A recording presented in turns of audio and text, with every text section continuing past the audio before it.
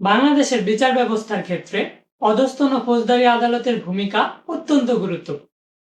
আজকের ভিডিওতে আমরা জেনে নিব ফৌজদারি কার্যবিধি অনুযায়ী বাংলাদেশের অধস্তন ফৌজদারি আদালত সমূহ কিভাবে গঠিত হয়েছে, অর্থাৎ বাংলাদেশের অধস্তন ফৌজদারি আদালত সমূহের প্রকার।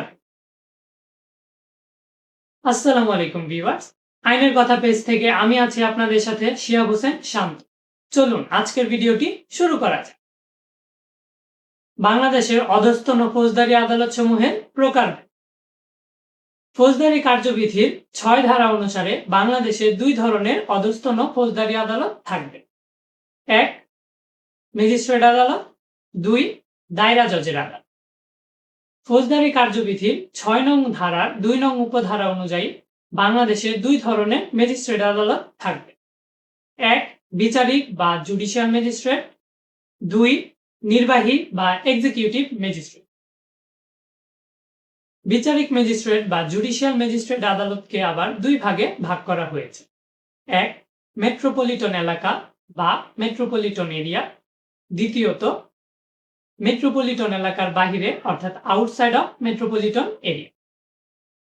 মেট্রোপলিটন এলাকায় বিচারিক ম্যাজিস্ট্রেট বা জুডিশিয়াল ম্যাজিস্ট্রেট তিন প্রকার, যথা চিফ মেট্রোপলিটন ম্যাজিস্ট্রেট, অতিরিক্ত chief metropolitan magistrate, metropolitan magistrate.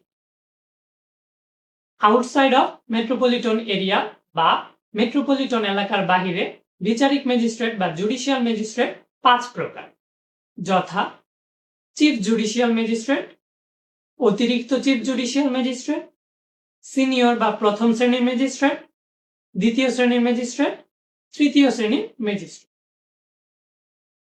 দায়রা জজের আদালত বা দ্য কোর্ট অফ সেশন। দায়রা জজের আদালত বা দ্য কোর্ট অফ সেশনকে দুই ভাগে ভাগ করা যায়। ১. মেট্রোপলিটন এরিয়া বা মেট্রোপলিটন এলাকা, ২. আউটসাইড অফ মেট্রোপলিটন এরিয়া বা মেট্রোপলিটন এলাকার বাহিরে।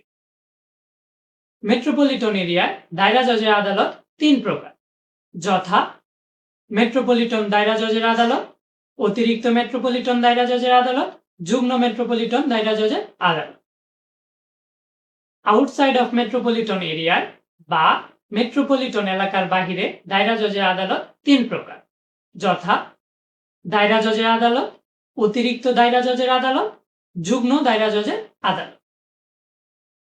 অতএব দেখা যাচ্ছে যে দেশের বিচার কার্য সুষ্ঠুভাবে পরিচালনার জন্য আমাদের দেশের অধস্তন ফৌজদারি আদালতকে বিভিন্ন ভাগে ভাগ করা হয়েছে, যেন দেশের মানুষ সহজে ন্যায় বিচার পেতে পারে। প্রিয় দর্শক, আজকের ভিডিওটি এই পর্যন্ত।